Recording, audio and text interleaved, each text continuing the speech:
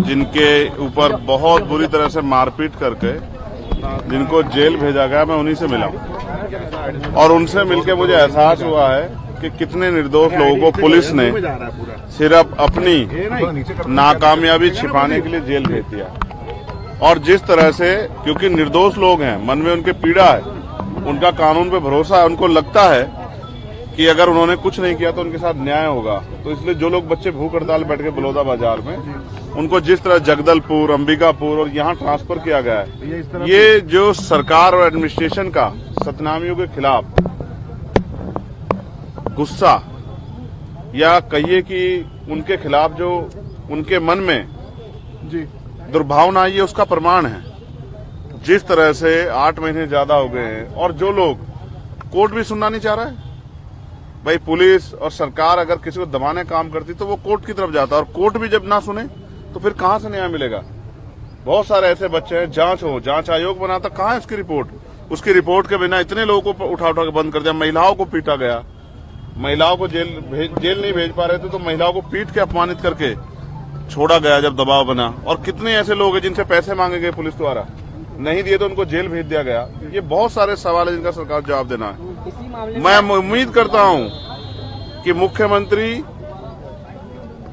सोचेंगे कि ये जो जुल्म उन्होंने किया है, ये जुल्म इतनी आसानी से सतनामी समाज भूलने वाला नहीं है। सर, आप पहले भी छत्तीसगढ़ आ चुके हैं और कई बार इसके खिलाफ आवाज भी उठा चुके हैं, लेकिन इस पर कोई कार्यवाही नहीं हो रही, कोई रिजल्ट नहीं मिला। तो इसके आगे आप क्या किस तरह से करेंगे? आप इसको इस तरह समझिए कि सरकार आंखें बंद करके बैठ गई, वो सतनामी को कुचलना चाहती है, वो सतनामी समाज के झंडे को पैरों तले रोंदना चाहती है। इसलिए इस अन्याय के खिलाफ जो हमारी लड़ाई है, संघर्ष है, वो हमारा जारी रहेगा। किस तरह की लड़ाई आगे रहेगी जारी?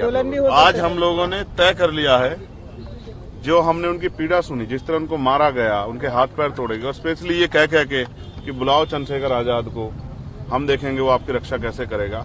जिस तरह से छोटे छोटे बच्चों को जेल में भेजा गया है, जिस तरह से उनके परिवार खून के आंसू रो रहा है, आज उनकी जेब में कमाने वाला तो जेल में, और उनकी जेब में इतने पैसे नहीं अपने परिवार से मिलने, और फिर जगदलपुर, अंबिकापुर जिस तरह से किया जा रहा है, ये एक तरह का जो है, ये इस तरह का दंड जो अंग्रेज भी नहीं देते थे, उस तरह का दंड जो सरकार दे रही है।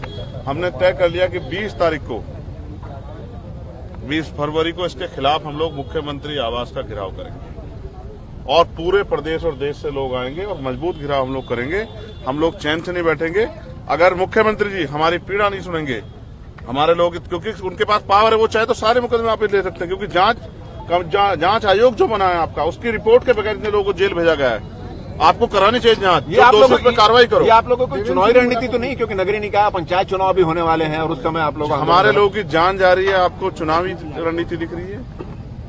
चुनावी रणनीति की चिंता वो करें जिन्होंने 3 फेज में चुनाव करा रहे हैं जो, और रिजल्ट भी अलग अलग डेट में 18, 21, 24, उनको चिंता होगी। हमने तो तय कर रखा है, तब तो इलेक्शन में अनाउंस हुआ जब हमने आने की घोषणा की थी।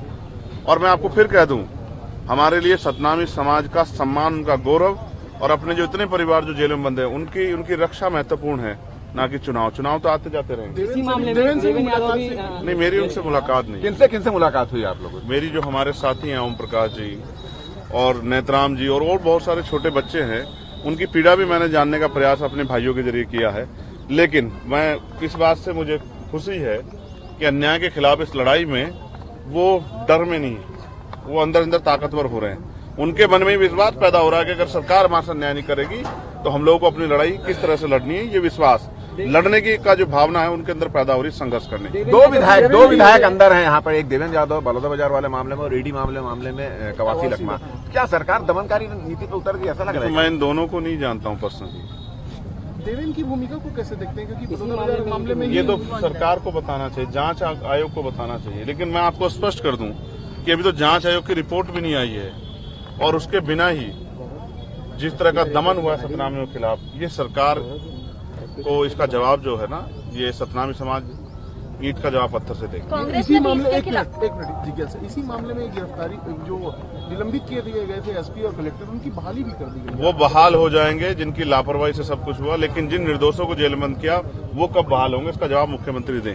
इनके परिवारों के ऊपर जो आर्थिक दंड पहले पुलिस ने मिठाई के नाम पे मांगा, नहीं दिया तो जेल भेज दिया, किसी को घर से उठा के, किसी को अस्पताल से उठा के, किसी को काम से उठा के, बिना जानकारी के, बिना तथ्यों के, और अब उनके परिवार को मिलने जाना पड़ रहा है 300-300 किलोमीटर दूर। ये जो इस तरह की मुसीबत सतनामी समाज पे आ गई, उनके जो आंसू जो सूख नहीं रहे, इसका जवाब मुख्यमंत्री को देना पड़ेगा, सरकार को देना पड़ेगा। एक सवाल आपसे ये है कि पूरी घटना के बारे में आपने अध्ययन किया गया, ये आरोप लग रहा है कि एक पूरी साजिश थी, साजिश के तहत कलेक्टर जला दिया गया। आपको क्या लगता है पूरी घटना के अध्ययन के बारे में? जांच आयोग की रिपोर्ट आने दीजिए, अगर निष्पक्ष जांच होगी तो दूध का दूध और पानी का पानी हो जाएगा, और ये पता लग जाएगा कि इस आंदोलन में जो सतनामी समाज था वो सिर्फ और सिर्फ जैत खम के सम्मान में और गुरु घासीदास के सम्मान में अपनी पीड़ाओं को लेकर आया था, क्योंकि कई बार उन्होंने जो है इस बात का अनुरोध सरकार से किया था, इसकी न्यायिक जांच करा दो। एक दिन पहले होम मिनिस्टर का स्टेटमेंट आना कि हम न्यायिक जांच कराएंगे, जांच तो पहले भी हो सकती थी, क्यों मौका दिया गया कि लोगों में आक्रोश पैदा हो? ये सोची समझी साजिश है और इसमें कई सफेद पोस्ट शामिल है, और जांच आयोग मुझे लगता है अगर निष्पक्ष जांच हुई सब लोग खुल के आएंगे सामने जिन्होंने ये सब चीज किया है। लेकिन इसमें सतनामियों का कोई दोष नहीं है, क्योंकि मैं उनको जानता हूं और वो अहिंसा का के बड़े समर्थक हैं, गुरु घासीदास मानव एक समान के समर्थक। Thank you. ये समाज के लिए लेकिन देवेंद्र यादव लड़ रहे थे, तो समाज उनके साथ है कि नहीं, ये भी अब ये तो आप उन्हीं के समाज से पूछो। Thank you.